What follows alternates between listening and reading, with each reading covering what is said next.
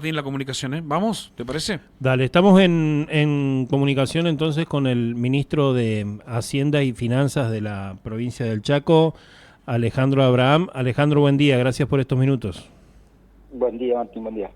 Levantamos Gracias a ustedes. un poquito el retorno. Alejandro, o ministro, te voy a tratar con respeto. No, Alejandro. No, Alejandro, Alejandro, estuvieron hace un par de días en Buenos Aires sí. cerrando acuerdos. ¿De qué se trata? No, bueno, básicamente estamos, a fin de año se firmó el perdón, el régimen de compensación de deudas recíprocas y estamos trabajando con eso, claramente. Y bueno, y viendo también el esquema de cancelación del vencimiento que tenemos en el mes de febrero. Viendo un poquito a ver cuál va a ser el esquema, si a través de un anticipo de coparticipación o algún otro mecanismo con el cual podamos contar con esos recursos. Nosotros somos una de las provincias más complicadas financieramente. Tenemos una provincia que lleva el 85% de sueldos se llevan a digamos, se cubre con la coparticipación. Eso es lo que representa y bueno, el margen que queda obviamente es poco, entonces bueno, hay que administrar los recursos de manera ordenada y tratando de que se estiren un poco, ¿no? Cuando me hablas a ver, antes de de hacerte las preguntas de actualidad y mirando hacia adelante como Sí. a mí no me gusta manejar mirando el espejo retrovisor porque ya sé que te pega la piña, me gusta ir para adelante. Ujú. ¿Cómo Sí. encontraste vos cuando te hiciste cargo de la cartera? ¿Cómo encontraste la provincia? Lo más honestamente posible. Te conozco tu don de No, bueno, honestidad, pero digamos, ¿estaba ordenado o no estaba ordenado? ¿Qué viste? no, a ver, claramente que la instrucción del gobernador inicialmente fue comenzar a ordenar las cuentas y los procesos. Incluso era una provincia que te destinaba digamos que estaba administrada y se destinaban fondos a intermediarios. El gobernador nos dio una instrucción, se eliminaron los intermediarios y hoy los recursos se destinan directamente desde el Estado, se destinan a quienes tienen que llegar, digamos, a beneficiarios de planes de algún beneficio social, bueno, desde el desarrollo social, digamos, del ministerio se destina a lo que es NIACHEC. Entonces, bueno, no existen más los líderes piqueteros que recibían fondos y que se destinaban, esos fondos los administraban ellos y los destinaban a Piacere a quien ellos se les ocurría, ¿no? ¿Ese ahorro fue Claramente significativo? que la provincia estaba complicada, quedó un saldo de 1.000 y pico millones en caja, con lo cual con eso había que ver cómo llegábamos a fin de diciembre, teniendo que pagar los sueldos y teniendo que retomar, digamos, lo que era el esquema de salud, retomar el esquema de seguridad. Se debía a combustible, con lo cual los patrulleros no funcionaban, digamos, había muy poca inversión destinada a seguridad, con lo cual, bueno, había que ordenar, ¿no? Sí, ni hablar los docentes, ¿no? Porque vos decías tenía que pagar sueldo, pero los docentes estaban... La queja era Bueno, a ver, constante. se ha hecho un esquema, un trabajo en el cual se entendió que inicialmente nosotros teníamos que volver a recuperar el salario de bolsillo de los distintos sectores. Somos una provincia en la cual hoy la actividad en realidad se mueve a través del sector público, porque bueno, los sueldos del sector público son los que en su mayoría, digamos, el empleo lo tiene el sector público, digamos, entonces esos recursos se destinan a la actividad económica. Entonces por ahí es complicado porque es una sola caja, ¿no? A calzón quitado, la dependencia de la provincia de los ingresos de coparticipación, lo dijiste un poco con los salarios, pero de los ingresos de coparticipación y de la ayuda de la nación es fundamental todavía, ¿no? O sea, ¿cuánto dependemos de los No, adelantos de coparticipación para pagar sueldo, por sin, ejemplo? no, sin duda, nosotros dependemos muchísimo de la coparticipación, tenemos recursos propios bajos. Para tener una idea, el Fondo de Salud Pública lo tributa más el sector público que el sector privado, entonces ahí ya te da una magnitud de lo que es digamos, la participación del sector público dentro de lo que es la actividad económica digamos, o el empleo, ¿no? Hicieron o están, no sé, vos me dirás si ya se terminó o no, unas auditorías sobre todo para hablar un poco de la salud pública en el INSEP por la deuda, por la caja no transferida de la nación a las provincias. ¿En qué estado está eso, Alejandro? Bueno, a ver, eso se está conversando, hay un esquema en el cual se hizo la auditoría del año 2017 y 2018. Durante la gestión de Capitaní se habían hecho transferencias como pagos a cuentas, digamos, del cual digamos, a valores históricos, prácticamente esos déficits se habían cancelado, ¿no? De esos años. 2017 dio un pequeño superávit y 2018 dio también un pequeño déficit, digamos, ¿no? Entonces, bueno, a partir de ahí, Nación lo que hace, después ANSES proyecta lo que sería el 2020, en donde nos da un déficit previsional, que todavía no tengo los números, y bueno, de ahí en adelante hay que comenzar a cumplimentar la documentación del 2021 y los distintos años. No han venido las auditorías in situ por esos periodos, lo que se auditó fue 2017 y 2018, entonces bueno, estamos conversando y viendo. La realidad es que el 2024, por ejemplo, nosotros no hemos recibido dinero, con lo cual el déficit ahí es total. Cuando se hacen las auditorías, lo que tenemos que tener en cuenta es que ANSES establece cuáles son, digamos, las condiciones de acceso a la jubilación a nivel nacional, digamos, ¿no? Entonces, en función de ellos determinan lo que sería el déficit, ¿no? Para darte un ejemplo, digamos, Tierra del Fuego, que tiene un sistema en el cual se jubilan muy jóvenes, no le da déficit, por más que lo pague el Estado, no termina siendo reconocido ese déficit, porque en definitiva es como que no reúnen las condiciones para jubilación que establece ANSES. Claro. El fondo de alta complejidad, esto que a los empleados públicos le sacan el 1% de su salario, está claro, lo estás diciendo, pero para ponerlo en términos de que el oyente lo pueda entender, está claramente en déficit, ¿no?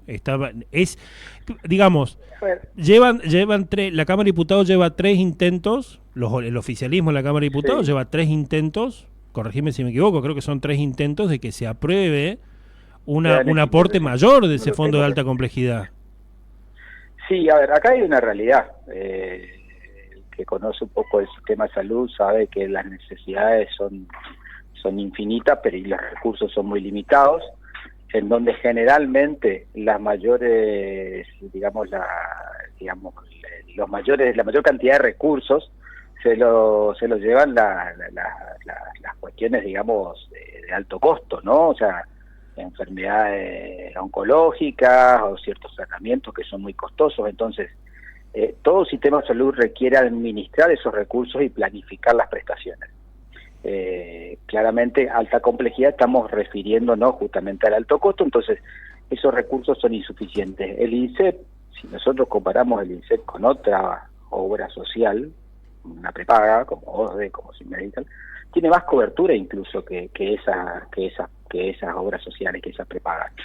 Entonces, la prestación del INSEP es muy buena, pero claramente los recursos no alcanzan para brindar esas prestaciones. Entonces ahí es donde se hace un poquito más difícil poder sustentar eso, ¿no? Claro. Acá en Saspeña, Alejandro, está hace ya un par de semanas la queja constante respecto del costo de la energía eléctrica. De hecho, ha habido movilizaciones, no sé qué tan masivas han sido, pero ha habido movilizaciones de gente, y nosotros le hemos hecho el colo, sobre todo Romero, que está acá al lado mío, le ha hecho un par de reportajes a la gente que organizaba estas movilizaciones, porque dicen, che, no podemos pagar la luz, no vamos a poder pagar la luz. Y dicen, ¿por qué el gobierno provincial no se hace cargo de, perdón por la sorna? Pero acá hay una cuestión que hay que analizar. El margen de maniobra que tiene el gobierno provincial no es significativo, tiene un margen de participación en la tarifa de un 15%, el resto la determina Camesa, que es la transportadora de energía. Hay dos cuestiones: existe un subsidio que está otorgado por Nación, que para poder acceder a ese subsidio hay que inscribirse en Mi Argentina, y en la medida que la gente se inscriba, hay mucha gente que no se ha inscrito, y en la medida que la gente se inscriba, ese beneficio se traslada también a la tarifa que cobra Camesa al Chaco, digamos, el CHEP, ¿no? ¿Por qué? Porque hoy estamos estratificados como si tuviéramos altos ingresos. porque hay menos gente que digamos, falta gente incorporar esos subsidios, por un lado. Por el otro lado, respecto al margen de maniobra nuestro, digamos, nosotros hemos implementado un esquema que es lo que se llama descuento verano, digamos, que es una serie de beneficios de acuerdo al consumo de kilowatt, en donde claramente vamos a beneficiar a aquellos que más racionalizan el uso de la energía. La energía cada vez va a ser, digamos, más escasa, digamos, en el sentido que cada vez cuesta más, digamos, obtener la energía. Obviamente que hay alternativas, como la cuestión fotovoltaica, que bueno, en Pampa del Infierno hoy está funcionando, pero claramente que es escaso. Cuando un bien es escaso, vos sos economista, tiene un alto costo, o un servicio en este caso, con lo cual, bueno, es costoso el suministro de energía y no tenemos margen de maniobra nosotros. El mayor porcentaje de facturación está determinada por la tarifa de obra cambiaria. Yo lo que digo es invito a todos a que traten de incorporarse al subsidio de manera de poder obtener, digamos, un mayor beneficio, ¿no?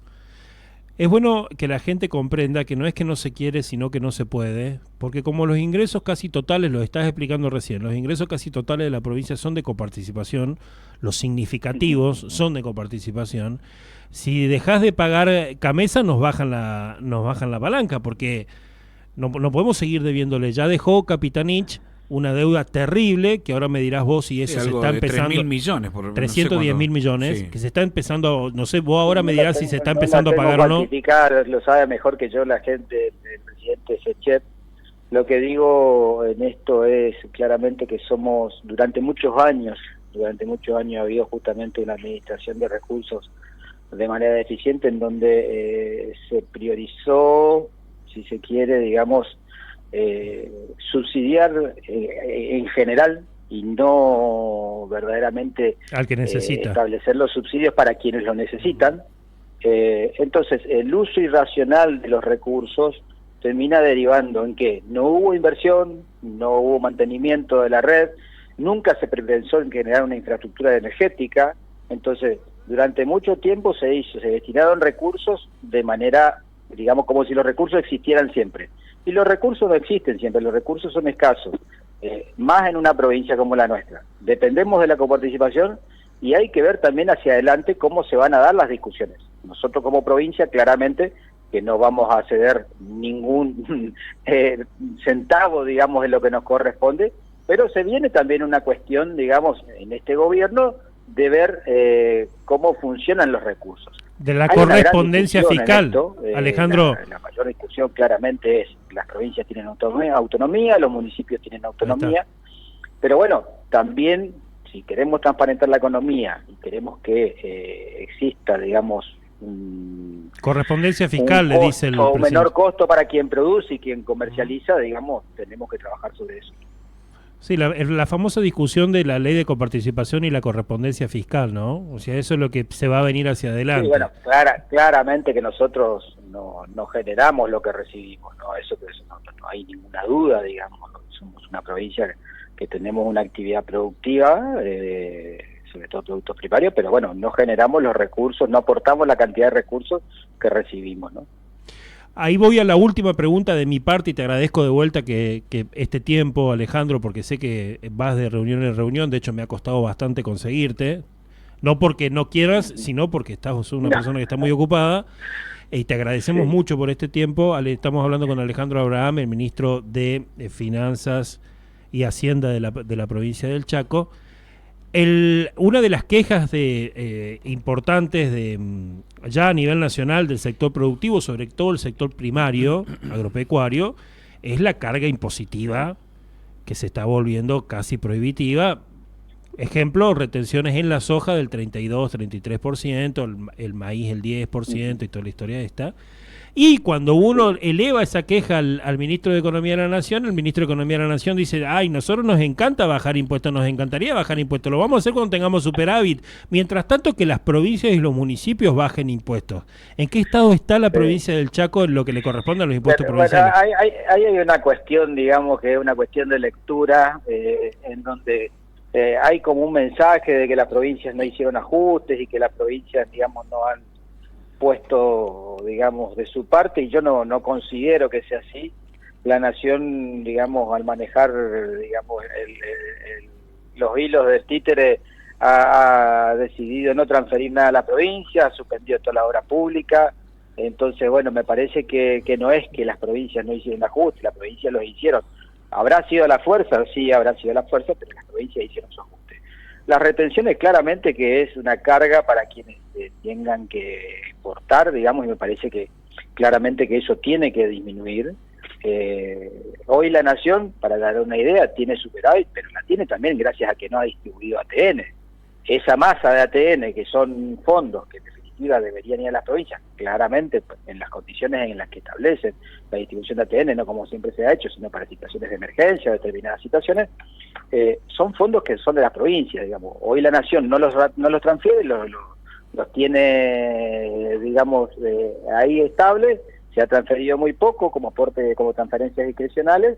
Entonces ese superávit lo consiguen también gracias a eso. O sea, hay una mezcla acá de conceptos en donde siempre uno tira harina para su costal y bueno, está bien, se entiende, pero las provincias han puesto eso. Lo que pasa es que el margen también es muy poco, digamos. Nosotros no somos una provincia como Mendoza, como Santa Fe o como Córdoba, que cuentan con una masa de recursos propios importante.